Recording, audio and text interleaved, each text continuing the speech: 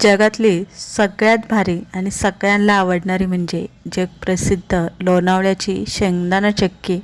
आज आपण फक्त 2 साहित्यामध्ये आणि अगदी झटपट अगदी 10 मिनिटात म्हटलं ना तरी ती बनून तयार होणारी शेंगदाणा क्रंचवाली चक्की आज आपण घरी बनवते.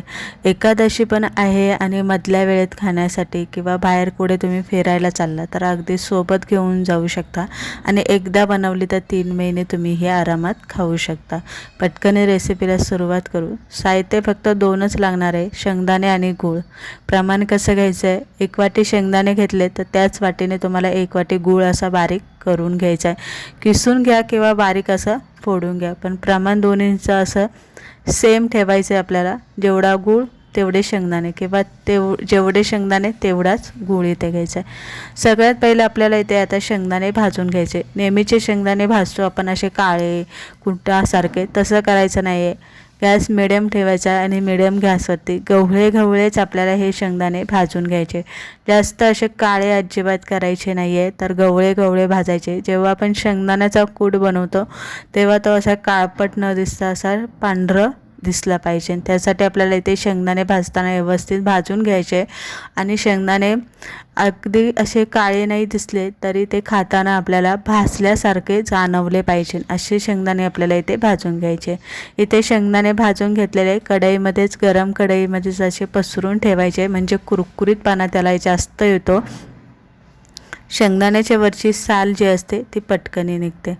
आता इथे मी शेंगदाण्याची साल काढून घेते. पूर्ण काढून घेतल्याच्या नंतरनं जी साल असते ती वेगळी करण्यासाठी इथे झाऱ्याचा वापर करायचा, म्हणजे पटकनी होतं. आणि शेंगदाण्याची जी साल आहे ना ती इतरत्र अशी पसरत नाही हवेने. तर इथे आपण साल काढून घेतलेली आहे. मिक्सरच्या भांड्यात लगेच साल काढून घेतली की घालून घेते आणि त्याचा लगेच आपल्याला इथे कूट करून घ्यायचा आहे. आता शेंगदाण्याचा कूट करताना जास्त बारीक असा करू नका किंवा जास्त मोठ्या अशा धपल्या ठेवू नका. तर या पद्धतीने शेंगदाण्याचा कूट करून घ्या आणि बघू शकता शेंगदाण्याचा कूट अजिबात काळा झालेला नाही आहे. असे शेंगदाणे आपल्याला इथे भाजून घ्यायचे.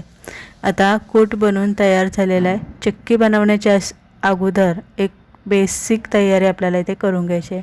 लाटणं आणि पळपाटाला तूप लावून घ्यायचं आहे, कारण आपण शेंगदाण्याची चक्की यावरतीच थापून घेणार आहे, म्हणजे पळपाटाला आणि लाटण्याला ते मिश्रण जे असतं ते चिटकवायला नको. आता 1 चमचाभर तूप आपल्याला कढईमध्ये घालायचं. आता घातलं तर घाला किंवा नाही घातलं तरी चालेल, पण तूप घातल्यामुळे काय होतं, पाक जो आहे ना त्याला पाकाला चांगली अशी चकाकी येते आणि चक्की चांगली अशी चमकते. आता गूळ इथे आपल्याला विरघळून घ्यायचं आहे. गॅस मी इथे मोठाच ठेवलेला आहे, कुठेही बारीक करायचं नाही. मोठ्याच गॅसवरती आपल्याला पाक अगदी 2-2.5-3 मिनिटात होऊन जातो. गूळ पूर्ण वितळला की जेव्हा गूळ शिजत होतो पाक तेव्हा अशा फसफसून वरती पाक येतो. इथे चेक करताना एका वाटीत पाणी घेतलेले आणि थोडेसे पाकाचे थेंब घालायचे. आता चेक करायच्या टायमाला गॅस मात्र बारीक ठेवायचा किंवा बंद केला तरी चालेल, पाक पुढे जायला नको. अजून पाक आपला झालेला नाही, कारण पाकाचा असा कटकनी तुकडा पडत नाही आहे. 1 मिनिटभर अजून शिजवला. इथे बघू शकता पाक जेव्हा तयार होतो ना तेव्हा पाण्यामध्ये तो लगेच असा सुटला जातो आणि कटकनी मोडतं. इथे बघू शकता कटकनी मोडते, म्हणजे आपला पाक बनून तयार झालेला आहे. लगेच आपल्याला इथे शेंगदाण्याचा कूट घालायचा आणि पटकनी पाकामध्ये मिसळून घ्यायचा. इथे ही प्रोसेस मात्र आपल्याला पटापट करायची आहे, कारण पाक एकदा बनून तयार झाला आणि त्यामध्ये शेंगदाण्याचा कूट घातला की ते आवळायला लगेच सुरुवात होते. गरम असतानाच आपल्याला हा बेस इथे लाटून घ्यायचा आहे आणि गरम असतानाच याच्या आपल्याला छोट्या चक्क्या पाडून घ्यायच्या आहे, कारण एकदा का गरम झाला की आपल्याला काहीच करता येत नाही आहे. ना वड्या पाडता येणार आहे आणि नाही तुम्हाला अशा थापून घेता येणारे मिश्रण.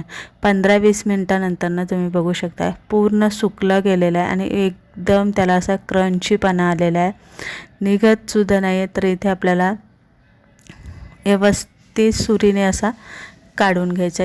व्यवस्थित चक्क्या पडतात आहे आणि खूप क्रंची झालेली आहे. आणि दुसरी गोष्ट म्हणजे अशी चिवट नाही तर एकदम अशी खुशखुशीत पण झालेली आहे, कुरकुरीत पण झालेली आहे.